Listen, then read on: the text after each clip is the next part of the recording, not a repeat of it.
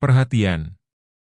Konten ini mengandung konsep esensi ilahiyah yang membutuhkan aspek pemahaman mendalam, yang kemungkinan hanya dapat diakses dengan keterbukaan hati dan pikiran, untuk mencapai tingkat pencerahan dan kesadaran yang lebih tinggi. Nah, Assalamualaikum warahmatullahi wabarakatuh. Selamat siang, salam sejahtera, Om Swastiastu, Namo Buddhaya, pipi kuti Pak. Itu yang terakhir adalah salamnya Minion.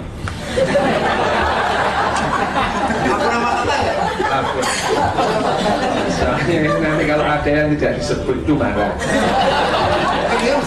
Mau marah, Minion itu kalau marah itu terus dia ngerampok gitu. Oke, ini baik. Ya, ini memang tadi kita berbicara mengenai Genome Project itu tuntas memetakan saya juga mayor saya atau minat saya salah satunya adalah, bukan salah satunya, memang utamanya adalah neurogenetika. Jadi ya berhubungan sekali dengan genom dan segala macamnya. Genome Project itu tuntas memetakan genom manusia untuk pertama kalinya itu tanggal 26 Juni 2001 ya. Jangan kaget kalau saya itu hafal tanggal, saya itu memang Savant Syndrome plus Asperger Syndrome sama. Makanya saya lihat ini teman satu Asperger, cuman saya ada 6 Savant yang menemani saya. Savant siapa? Sama, saya melihat perasaan Anda Soekarno, saya dari jauh, oh ya sama-sama Asperger. Oke? That's it. Ya memang sesama Asperger itu tidak boleh saling mendahului ya. Habis kotak. Oke, itu kutukan sih sebetulnya ya. Savant Syndrome itu lebih berupa kutukan ketimbang blessing, beneran gitu ya. Savant Syndrome itu ada orang yang kalau tanya, jam berapa nih? Jam 4 kurang 5 menit, itu persis, itu nggak usah lihat jam ya. Ya di 4 kali 4 kali 19 itu bisa persis itu. Tapi apa manfaatnya orang bisa kali-kalian kalau harga kalkulator itu cuma Rp25.000? Ya ada manfaatnya nggak ada manfaatnya. Pak Swalayan itu akan lebih memilih beli kalkulator daripada memperkajakan orang Savant Syndrome. Makannya banyak, itu nggak bisa diapa-apa, berpula gitu. Itu tidak ada manfaatnya. Nah ya, terus apabila kemudian jam berapa? Ngapain membawa kemana-mana bawa orang Savant Syndrome yang bisa menyebutkan waktu kalau arloji cuma Rp15.000. Ngapain? Gitu ya. Jadi kalau sebetulnya Savant Syndrome itu lebih berupa ya kutukan ketimbang blessing. Pada umumnya Savant Syndrome itu hidupnya tidak berhasil. Ya, kalau ada yang berhasil itu kebetulan. Loh, iya. Saya ini kalau nggak punya mbak yang punya madrasah, yang nggak lulus SD gitu ya. Masa nggak sekolah kok? Gimana? Lah, saya punya ijazah karena sekolahnya punya mbak, loh ya. Kalau saya anak orang biasa kan ya nggak sekolah, saya itu nggak bisa lulus SD, nggak punya ijazah SMP, terus mau sekolah kedokteran gimana? Nggak bisa. Oke, itu sekilas tentang saya yang nyebelin. Oke, nah sekarang kalau kita berbicara mengenai politik ya, politik itu, keputusan politik itu adalah keputusan sikap. Memang yang namanya genom atau genom itu adalah rangkaian kode ya, genom. Setiap orang itu, setiap individu, bukan hanya orang ya, individu itu punya genomnya. Orang, manusia itu, sapien itu genomnya masing-masing ya. Genomnya saya, genomnya Mas Agus Hari itu beda karena saya dan Mas Agus itu dilahirkan oleh ibu yang berbeda. Mungkin bapaknya sama, lu mungkin.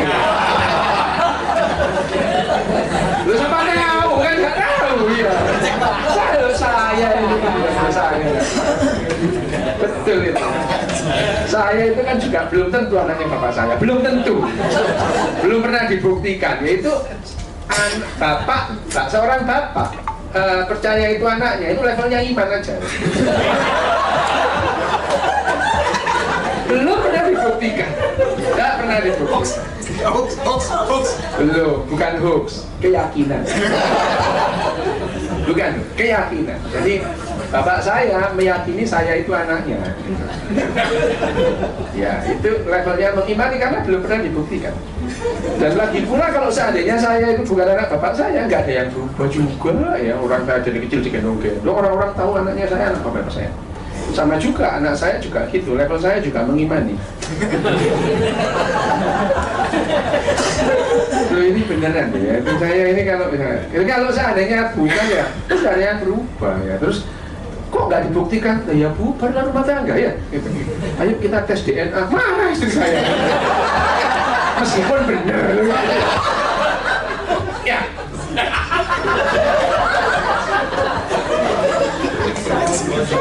Ya, cerita ini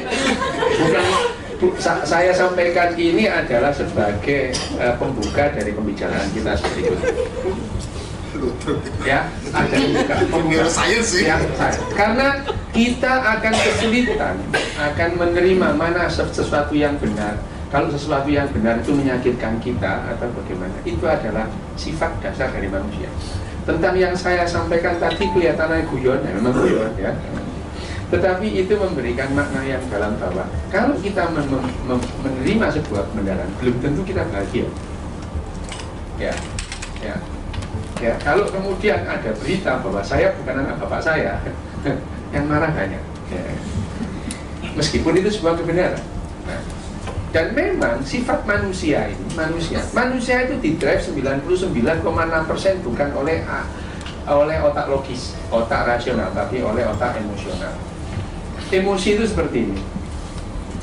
Yang namanya serangga, tahu serangga misalkan, matanya itu mata faset, capung gitu ya. Capung itu matanya mata faset. Dia itu lari kalau ada bayangan bergerak, dia lari aja. Ya, itu adalah emosi. Ya. Capung kemudian dia mata faset itu. Capung itu matanya faset banyak itu tidak seperti kita bisa melihat cantik, manis itu ya, rambutnya karatan gitu ya. Saya lihat beberapa kok rambutnya kayak gitu ya. Makanya kalau habis hujan-hujan jangan panasan ya. Rambutnya berkarat. Jadi mata kita ini bisa melihat berbagai macam warna gitu ya. Itu juga perkembangan dari evolusi. Tapi binatang-binatang tertentu tidak sebagus penglihatan kita. Elang itu pun, elang itu. Yang pertama dia itu buta warna. Dia melihat itu ya, cuma hitam dan putih. Ya, jadi terus kemudian dia itu juga juling ya. Elang itu juling, dia diplopi. Melihat bayangan itu ada dua, gitu ya. Tujuannya apa? Nah, superioritasnya apa? Dengan pandangan yang model begini, elang itu bisa mengukur kecepatan mangsanya dengan tepat kalau dia menukik ya. Ya itu. Jadi elang ya memang juling. Kenapa? Ya memang itu. Kalau kita juling, dokter juling nggak bisa operasi. Ya. Lah makanya saya itu juga heran ada orang dokter bedah itu terus nulis itu di WhatsApp group gitu. Berdoa, ya Tuhan berilah saya ketajaman mata elang. Lo gimana?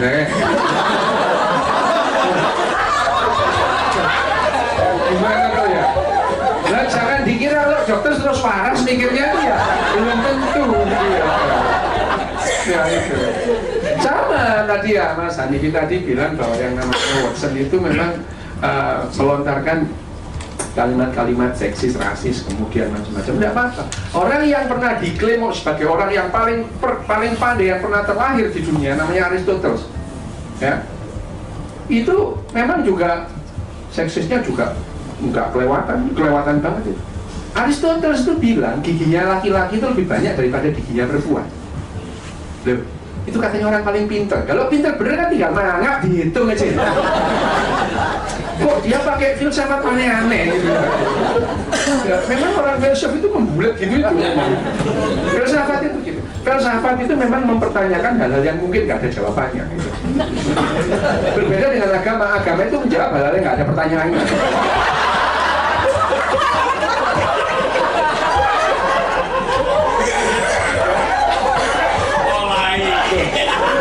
Loh, saya kan cuma ngomong bedanya. Jangan baper toh yang memang orang itu kalau diberi kenyataan itu baper gini.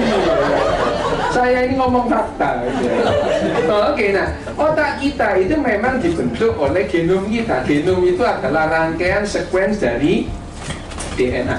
Genom kita itu manusia itu genom kita, genom manusia itu ada. Genom itu seperti buku gitu ya, buku. Ini bukan perumpamaan, bener, bisa dibaca. Genom itu bisa dibaca, buku.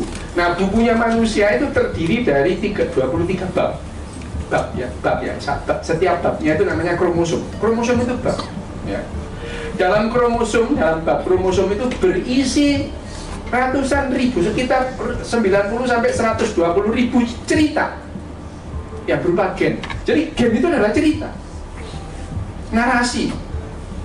Duh, ini bukan perumpamaan, ini beneran ini ya. Gen ya. Nah, gen itu narasi, bukan metafora, ini beneran. Gen itu adalah cerita, menceritakan. Ini orang ini banyak, ada setiap satu bab itu terisi ribuan cerita. Ya.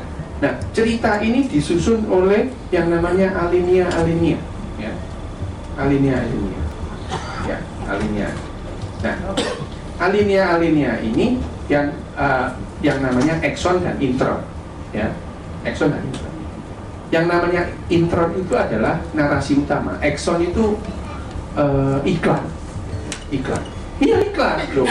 Sama TV itu kalau nggak ada iklan nggak main ya, nggak jalan gitu. Tengah-tengah film berantem gitu iklan, ada maghrib gitu ya. Itu iklan loh ya, nggak percaya.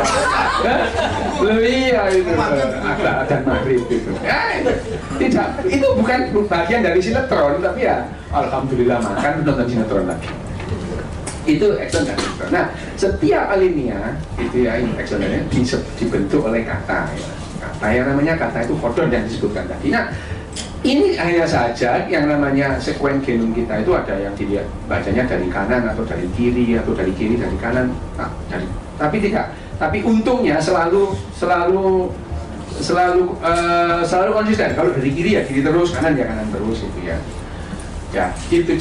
Nah, itu yang membuat ini adalah informasi bagaimana tubuh kita itu disusun pada saat kita lahir. Hanya saja sifat manusia tidak hanya disusun oleh cerita ini. Otak kita ini akhirnya pada saat perkembangan otak itu mulai dari sel telur ketemu ketemu sperma menjadi zigot kemudian menjadi pecah dari satu, kemudian 2, 3 2 kemudian jadi 4 jadi 6 ya. Terus mau blastosis ini mulia biologi. Ya, terus kemudian itu akan ada kemudian neural plate. Neural plate itu yang pertama. Jadi organ pertama yang muncul pada manusia adalah otak, neural plate. Terus kemudian dia berkembang ya. Dan itu juga dan akhirnya nah, pada saat perkembangan mulai dari neural class, neural plate, kemudian menjadi otak, jadi besar, itu banyak hal yang mempengaruhi. Contohnya, sistem hormonal ibunya. Ya, hormonal ibunya itu mempengaruhi pertumbuhan otak. Sehingga pada saat lahir, akhirnya tidak sama persis dengan perintah dari gen itu sendiri. Perintah dari genom itu sendiri.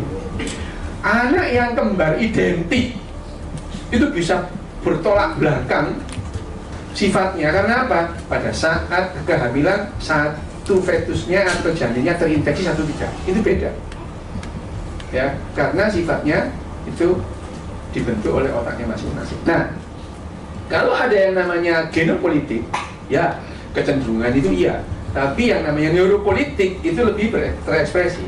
Neuropolitik, kecenderungan orang berpolitik lebih gampang ditebak dengan menggunakan neuroscience ketimbang dengan melihat genom. Ya. Tapi secara pola, misalkan ini orang Indonesia, nah itu genom lebih akurat, lebih gampang, ya. Tapi kalau kecil gini, dicupuk satu gini, ya gampang udah dimasukkan aja ke mesin MRI, kelihatan, ini fundamentalis ya gitu. Gampang, singkat kelihatan gampang, fundamentalis. Ini diendrina ya, ya.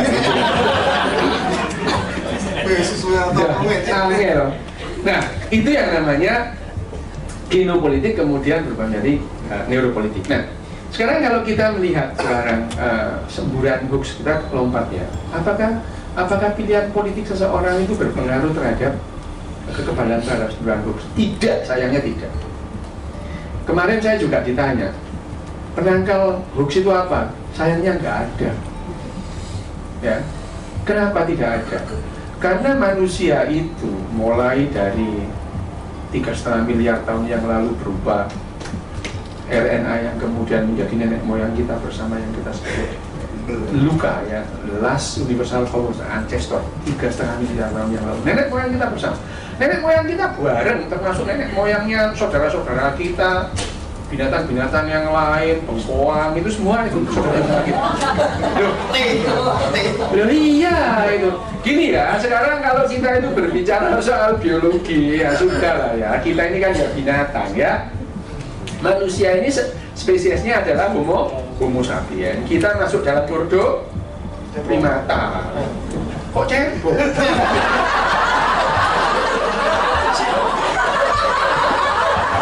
Cebok itu keluarga besar.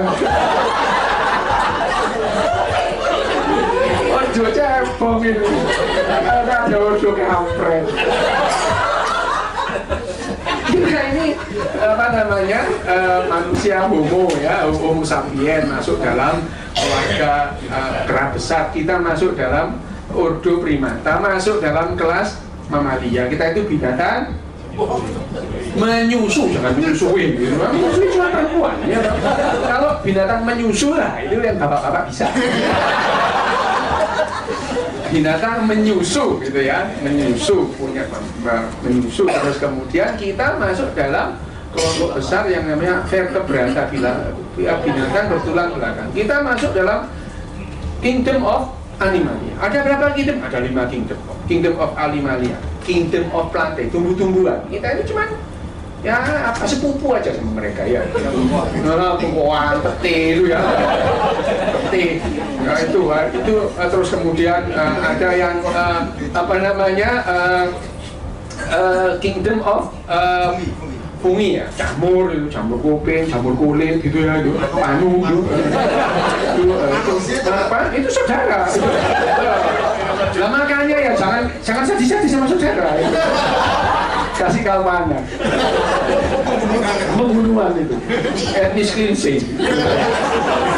Nah, iya genocide. Tapi kan genosida.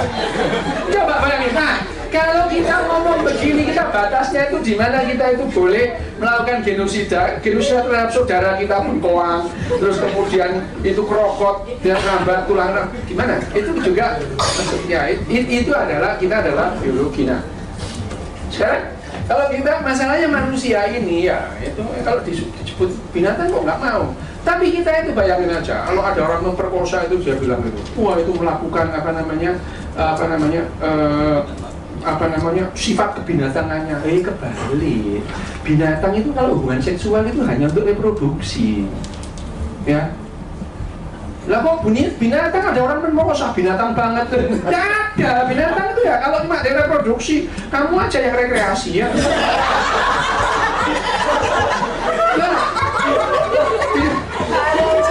Binatang lain yang namanya kucing, anjing itu, mereka itu kalau melakukan hubungan seksual itu ya hanya untuk urusan reproduksi. Kalau perempuannya subur gitu baru laki-lakinya horny gitu ya, mengeluarkan aroma gitu ya. Babun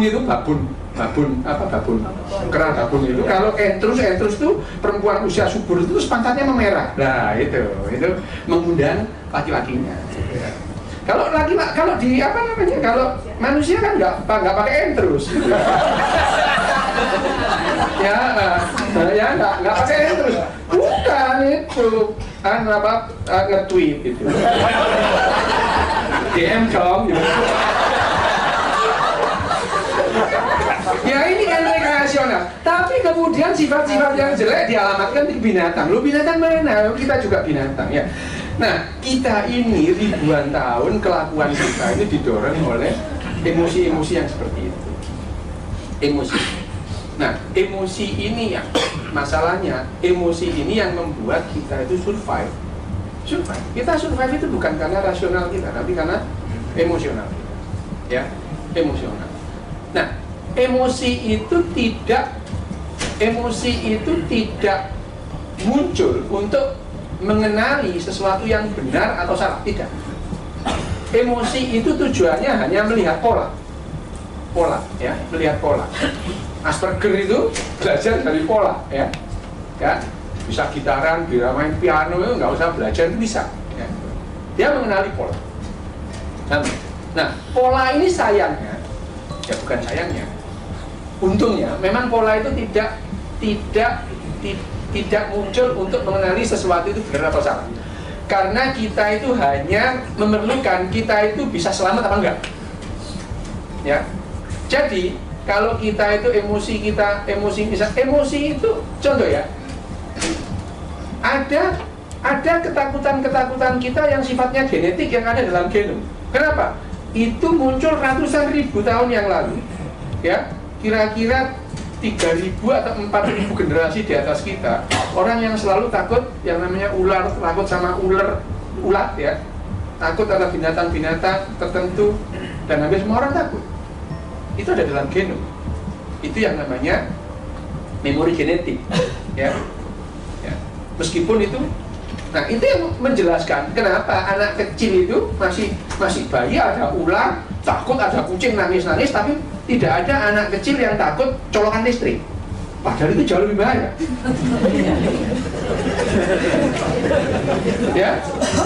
ya, karena colokan listrik itu baru kita kenal 4 generasi, 15 atau tidak sampai 10 generasi yang lalu. Ya, tidak masuk dalam yang namanya memori genetik, nggak masuk. Ramasuk ya, ramasuk ya. Itu tidak masuk. Sementara yang orang lihat harimau itu kebanyakan orang takut itu, kecuali pawang ya. Dan orang nekat ya. Bukan Syandiko misalnya. Ya, lawan nekat itu. Orang ganas dilawan.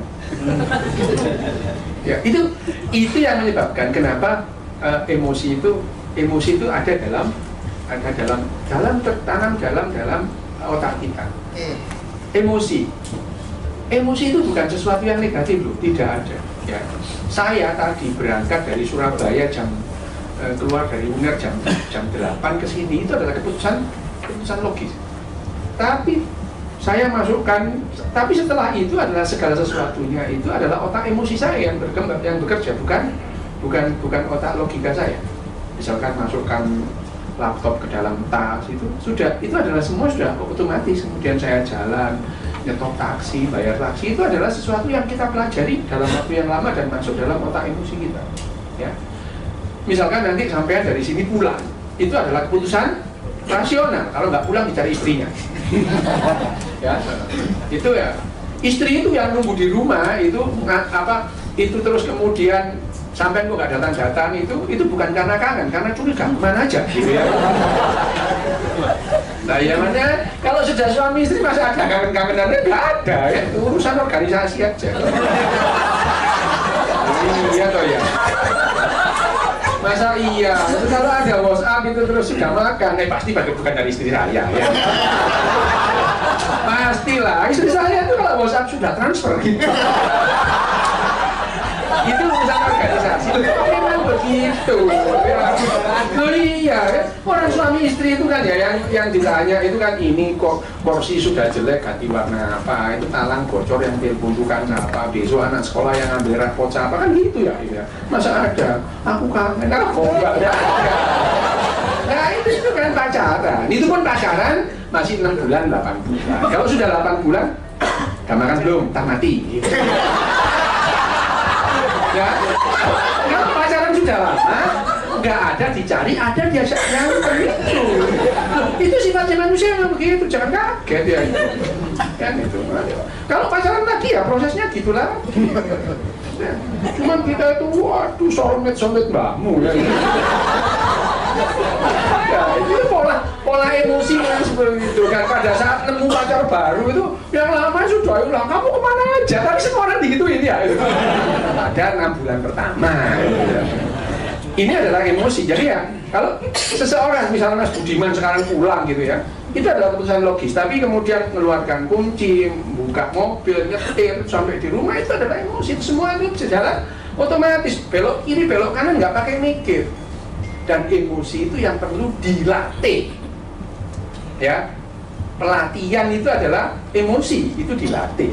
Anak kecil itu mulai dari merangkak, jalan, kemudian tertatih-tatih, begitu jalan, sekali dia bisa jalan, dia bisa terus, ya. Itu adalah latihan emosinya, otaknya itu di otaknya itu proses jalan, kemudian berdiri jalan itu kira-kira ada 1014 otot yang harus bekerja bareng, ya. Dan itu diperintahkan oleh otak emosi sekali jalan. Seperti sampai pertama kali naik sepeda itu mikir kanan dulu apa kiri dulu ya. Tapi begitu bisa ya sudah jalan. ML juga gitu. Kalau nggak percaya, nah, itu adalah emosi ya, emosi semua. Naik sepeda itu mesti pulang itu harus dilatih. Percaya, nggak percaya harus dilatih. Memang harus dilatih, latihan. Nah, itu bedanya dengan pendidikan, ya. Arahnya itu memang seperti itu. Kalau saya sampaikan misalkan ke pulang naik mobil itu adalah otak emosional. Wah, itu belok kanan, belok kiri, kadang sampai rumah lupa membeli apa gitu. Karena sudah itu secara otomatis itu adalah emosi. Sadar penuh, ya, tapi itu emosional, otak emosional. Nah, kita itu mengagung-agungkan otak rasional dalam sekolah kita. Ya, padahal dalam kehidupan itu sampean yang dapat, ayo sekarang siapa yang pernah SMP? Semua, ya. Ya, iya, semua lulus SMP. Kalkulus itu harus bisa, coba harus lulus kalkulus ya. Terus pekerjaan sampai yang memerlukan kalkulus apa? Lalu sekolah apain? Nah itu, ya. Dokter misalkan, mas nggak usah kritik orang lain lah, dokter itu ya, waduh itu ya, kalau masuk ke dokteran itu, wah kayaknya paling angel ya. Matematika harus tinggi, kimia harus tinggi, fisika harus pinter. Wah, begitu sekolah kedokteran nggak dipakai semua itu, beneran, nggak ada. Coba dokter Maria ditanya hukum Pascal gimana, lupa dia. Ya, nggak ada itu. Suruh ngerjakan kalkulus, bingung. Ya, dokter gitu. Dokter itu juga bukan saintis. Dokter itu handyman, tukang. Maaf Prof. Emang iya sih? Iya itu ya. Dokter itu handyman, tukang. Dia itu bekerja melaksanakan SOP yang sudah ada. Setiap rumah sakit SOP-nya beda. Ya. Jadi kalau ada misalkan itu, saya dulu itu sampai dikeluarkan sama profesor. Tidak usah nyebutnya mana. Dikeluarkan. Saya bilang dokter itu bukan saintis itu. Saya nanya kok bisa, Prof? Paracetamol, kalau orang panas diberi paracetamol, bener Prof? Bener? Ya betul. Itu kerjanya bagaimana Prof? Loh, nggak tahu. Nggak apa-apa Prof, banyak orang yang nggak tahu gitu ya. Ya memang gitu. Nah, dokter itu memberikan orang pasien panas dikasih paracetamol, panadol. Kenapa? Biasanya begitu. Iya. Ya bisa. Oh, paracetamol itu gini loh. Ini kan asam arakidonat itu akan menjadi 4 derivatnya. Ini diblok di sini jadi nggak. Itu saintis. Emang ada sih dokter yang saintis, tapi nggak semua gitu ya. Sama gitu. Semua. Jadi arahnya, maksud saya pembicaraan saya ini adalah tentang politik, tentang kehidupan kita. Itu yang selalu yang kita agung-agungkan, terutama di Indonesia ini. Ada hal-hal yang kognitif rasional seperti itu, sehingga yang diagung-agungkan IQ ya. Oh ya IQ melati dari bisa jiwa tejo ya, sekolah ya. Nah, artinya sekolah kita, pendidikan sebetulnya yang kita perlukan untuk cerdas adalah latihan. Cerdas itu adalah bukan terus ini matematika kerjain, itu bukan cerdas. Dia itu bahkan untuk mengerjakan matematika perlu latihan. Sampai bisa aja hafal rumus itu, tapi kalau nggak latihan mengerjakan soal nggak bisa. Memerlukan latihan, memerlukan emosi dalam mengerjakan. Nah, kecerdasan emosional itu jauh lebih penting untuk kita tetap bisa hidup daripada kecerdasan yang lain. Kecerdasan rasional maksudnya. Ya seperti tadi itu. Ya, pendidikan itu kan mulai SD, SMP, macam-macam itu ya, pendidikan moral Pancasila dulu ada ya, gitu ya. Oh, dulu ada pendidikan moral Pancasila. Tuh, saya sampai 400 jam nggak lulus. Saya cuma nanya, jalannya PKI itu di mana?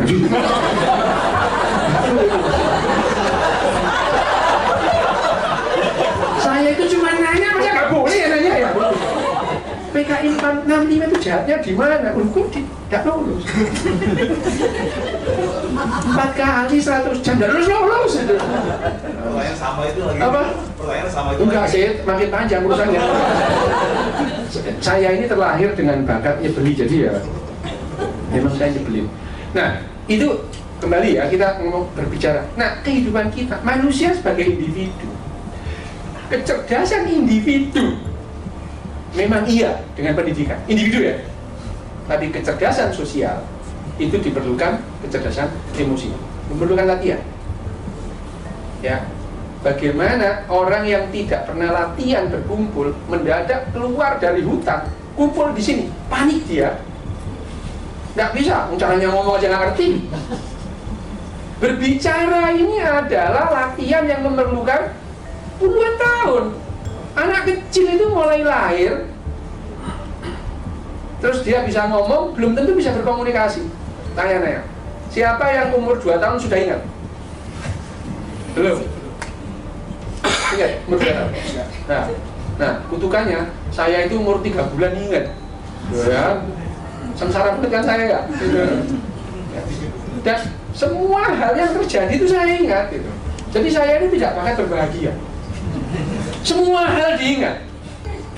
Kebahagiaan seseorang itu ditopang atau faktor yang paling utama adalah seberapa bisa dia melupakan hal yang nggak enak.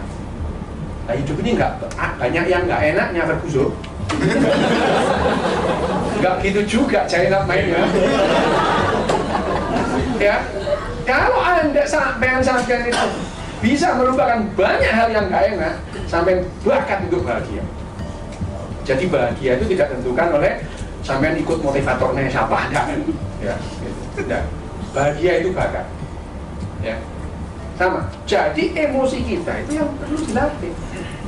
Contoh, Kevin dan Markus, mereka menggunakan kecerdasan apa? Kecerdasan emosional. Dia untuk bisa latih. Ruby Hartono, Lim Swee King, dia 8 jam sehari ada di lapangan. Wayne Rooney dan Martial itu 8 jam sehari dia lari, sehingga dia melihat kalau lari bayangannya kayak gini itu Martial itu. Martial kecepatannya sekian, kalau aku nendang kayak gini kira-kira bolanya sekian. Itu terekam dalam otak ya. Diperlukan 0,6 atau sekitar 60 nanodetik untuk melakukan itu. Sehingga ya nggak perlu lah Wayne Rooney belajar kalkulus, nggak penting gitu. Nggak perlu itu, dia tendangannya itu elevasinya 60 derajat gombal, itu kan opo, itu teoritis gitu ya, mereka itu praktis gitu ya. Dia nendang itu nggak pakai elevasinya, kalau 45 derajat itu berarti tendangannya bagus karena tangannya sama dengan satu ya, gitu ya. Taek banget ya dia. Ya, saya termasuk orang yang tidak cerdas secara emosional ya. Tidak cerdas secara emosional, di mana-mana jadi masalah ya. Sampai kenal saya sehari pun ketawa-ketawa, besok benci sama saya. Istri saya aja benci. Lo bertahan kan karena organisasi. Loh ya, iya gitu. Sampai jangan lama-lama kenal saya. Lo nggak sampai ya, ketawa-ketawa. Oke, nah kecerdasan emosional itu yang bisa dilatih. Ya, dan kita itu arahnya kenapa? Kemarin kalau kita ngomong soal semburan dusta, ini adalah masalah sosial. Saya sampai di sini itu bukan karena kecerdasan individual saya, karena kecerdasan sosial. Kenapa? Saya tadi kesasar, terus tanya security di sana, Pak ini kemana? Itu adalah kecerdasan kolektif.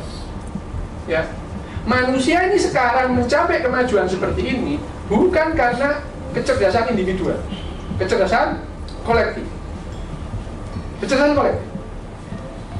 secara anatomis dan fisiologis, otak kita, tubuh kita sama persis dengan nenek moyang kita yang masih Homo neanderthal. Sama dengan pemburu pengumpul, sama persis. Homo sapien yang pemburu pengumpul, ya kayak sampean gini, bahkan otak kita sudah susut kalau dibandingkan nenek moyang kita pemburu pengumpul. Kenapa? Kecerdasan individual kita jauh lebih rendah daripada nenek moyang kita yang pemburu pengumpul. Kenapa? Loh, dia cerdas dalam segala hal untuk supaya dia bisa bertahan hidup. Dia harus bisa membuat anak panah yang bagus, dia membuat busur, dia harus bisa memprediksi, oh ini mau hujan, oh ini mau badai. Dia harus bisa mendeteksi di sana ada musuh, ada buruan. Ya, saya seorang pemburu pengumpul, dia bisa bertahan hidup di hutan selama berbulan-bulan, bertahun-tahun. Sampean 3 hari mati. Ya. Tidak bisa itu. Tapi sampai kan tidak bisa, tidak perlu. Seorang pemburu pengumpul untuk makan, sepanjang makan dia kira-kira mikir, ini makanan ini apa? Beracun apa enggak? Mikir dia itu, kira-kira dilepehin. Dan ingatan-ingatan itu akhirnya menjadi ingatan genetik. Bau muntah kita. Ya, makan sesuatu yang bau kita muntah. Mereka itu selalu memikirkan itu sepanjang setiap saat mereka itu waspada. Tapi kan kalau kita sekarang kan nggak perlu kesusitai lah, aman lah. Kalau enggak itu laporkan aja BP POM ya, gitu ya. Itu adalah kecerdasan kolektif. Kemajuan kita sekarang ini tidak dikarenakan kecerdasan individu, ya. Pemburu pengumpul dia bisa membuat anak panah yang bagus, busur yang bagus, ngajari caranya. Tapi dia kerja sendiri. Tapi manusia, 50.000 manusia bekerja sama bisa menghasilkan peluru kendali nuklir. Meskipun masing-masing individu itu tidak ngerti bahwa itu dipakai untuk apa. Contoh, peluru kendali nuklir memerlukan penggali-penggali plutonium dan uranium. Dia nggak ngerti yang digali itu apa, nggak ngerti dia. Ditaruh ke dump truck diangkut, dia juga nggak ngerti. Truknya itu cuma ngantar dari satu tempat ke tempat lain. Nggak ngerti gitu. Di reaktornya sana juga dikira di reaktor nuklir itu semua itu insinyur nuklir yang enggak. Ada orang-orang yang tugasnya cuma memastikan lampu ini nyala gitu ya. Ada orang-orang yang memastikan air itu ngalir gitu aja. Dan semua orang tergantung. Sama di rumah sakit itu. Di satu rumah sakit tidak ada satu orang atau satu individu yang lebih penting dari yang lain. Tidak ada gitu. Kalau cleaning service nggak ada, dokter juga nggak bisa kerja gitu. Tapi dokter merasa yang paling mulia mbahmu ya itu. Mumpung nggak ada Prof Marsis ya itu. Nggak ada. Ini yang membuat ini adalah kecerdasan kolektif.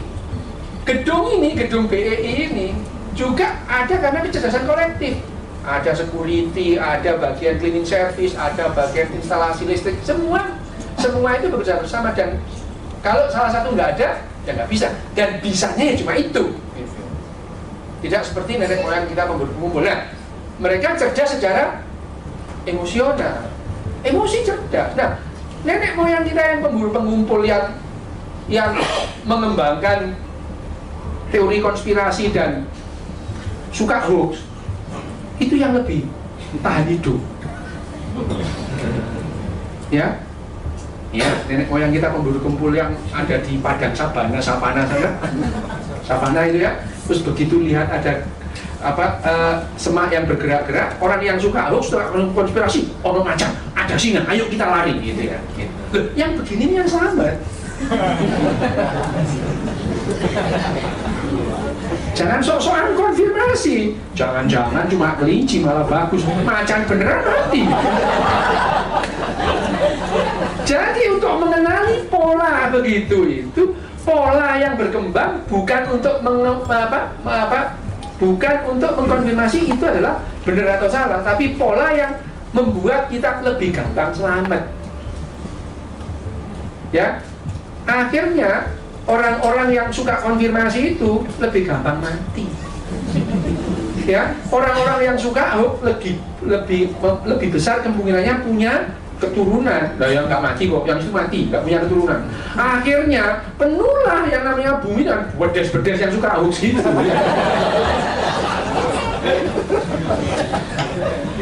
Ya, itu tertanam di otak kita. Jadi ya jangan kaget kalau orang itu lebih senang dengan teori konspirasi. Itu yang menyelamatkan kita.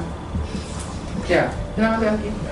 Nah, jadinya kita tidak cerdas secara sosial. Iya, yang cerdas secara sosial orang yang nyebarin hoax cerdas banget ya. Iya.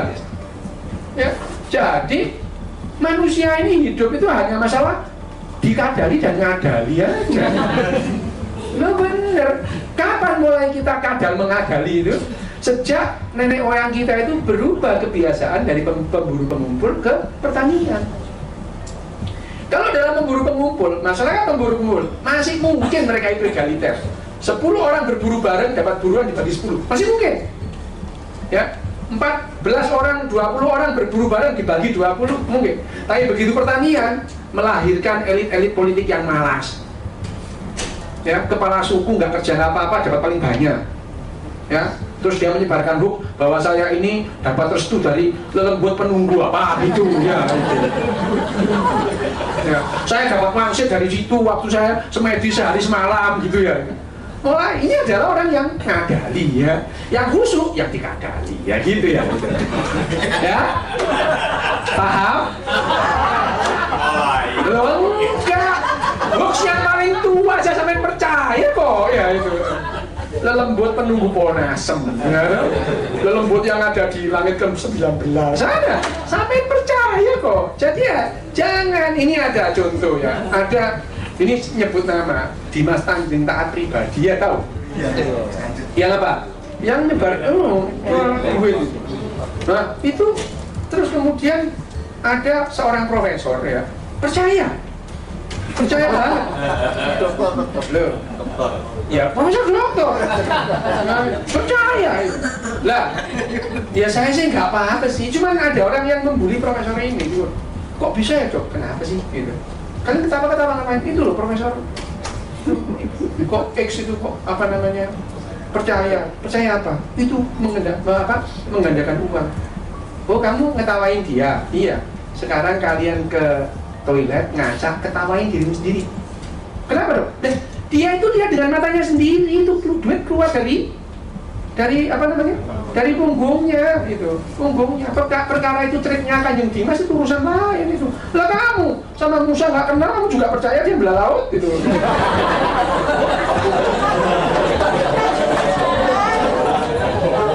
Paham? Ngertos Pak. Jadi ya jangan kaget kalau ada orang itu percaya hoax. Hoax yang paling tua tetap dipegang kok. Jangan ketawa. Nah, ini ya, itu adalah perbedaannya adalah Loh, ya usah itu nanti aja. Saya itu pernah dikabarin dari Nabi Khidir itu ya pernah itu. Nah, itu adalah pola otak kita memodulasi sebuah informasi, sehingga pada akhirnya pada saat kita itu sangat rentan terhadap teori konspirasi, teori hoax gini, pada saat kemudian ada ledakan informasi yang seperti sekarang ini, yang kita pilih bukan informasi yang benar atau salah, tapi informasi yang kita sukai atau tidak kita sukai. Ya, entah itu cebong tak kampret, podo ae, sama aja. Cebong itu kalau ada berita yang jelek-jelekin sana, diikuti gitu ya. Ya, sama itu. Nah, itu yang tidak terjadi di Amerika, makanya itu yang nyelamatin kita. Sok podo-podo aja ya itu. Karena Demokrat nggak melakukan hal itu senyum dia, gitu. Itu. Karena Demokrat nggak melakukan. Iya, sama. Di Amerika waktu itu tidak ada yang namanya pendukung Trump, itu tidak ada, yang ada pembenci Hillary, gitu. Untungnya. Ya, tapi sayangnya di sana itu tidak ada Donald Trump Jumatan di mana? Tidak ada.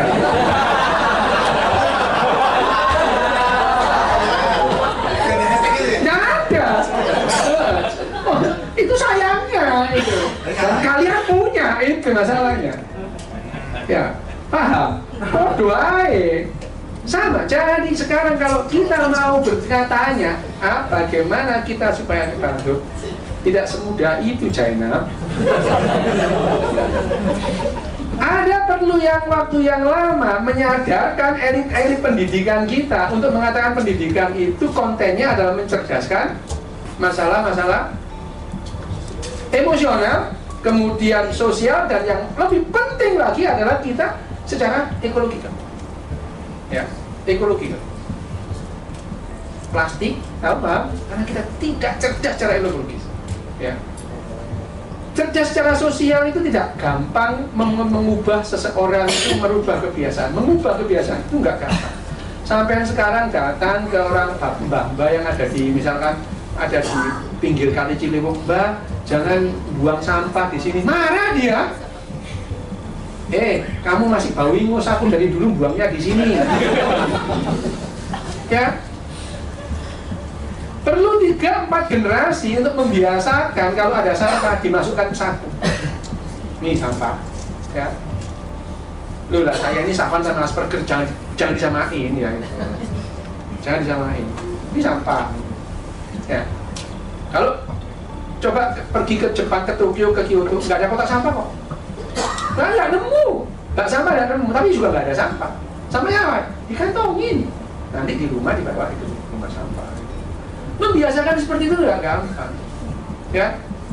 Di Jepang, oh ya, di Jepang misalkan, di Jepang itu ya diajari anak kecil, diajari pelajaran membaca, huruf hijaiyah, ya enggak itu, enggak itu, huruf pelajaran enggak ada, enggak, mereka masih TK itu diajari nih ya, kalau gerombolan gini antri, kamu bisa menyelesaikan dalam waktu 35 menit, nah, antri. Kalau enggak, nih 3 jam nggak selesai nih, gitu. Ya, nggak diajarin bang. Jadi batu antri. Nih, kalau stadion ini penuh, ini. Kalau antri 35 menit selesai nih, keluar semua. Tapi kalau nggak antri bergerombol, pakai simulasi itu kan. Itu adalah mencerdaskan secara emosional. Dan akhirnya dia secara sosial tuh paham antri gitu ya. Ya. Sama jam-jam segini tuh di Tokyo ya macet itu. Tapi ya nggak ada tanting selewat nggak ada itu. Karena di sana itu paham saya bersama dengan 6 juta orang yang bermacet-macet ria di jalan. Dan kepahaman itu adalah kepahaman yang tidak disadari. Kalau kamu nggak pengen macet, ya kumpul sama orang bawah sana 9 juta, naik tren, naik apa? Itu adalah keputusan emosional, bukan keputusan logis. Ya. Nah, dan akhirnya keputusan sosial ini, kecerdasan, keputusan politik adalah kecerdasan sosial. Memang dibentuk oleh kecerdasan emosional sosial. Nah, akhirnya yang lebih penting lagi adalah kecerdasan ekologis. Kecerdasan emosi, kecerdasan sosial, dan kecerdasan ekologi adalah sesuatu yang perlu dipikirkan. Kalau kita memang betul-betul pertanyaannya bagaimana kita mau kembali terhadap box ini, dusta ini, sehingga kita betul-betul di-drive dari awal gitu, bahwa ini sesuatu yang tidak sehat itu masuk dalam otak dan pikiran kita, sehingga menjadi sebuah culture. Terima kasih.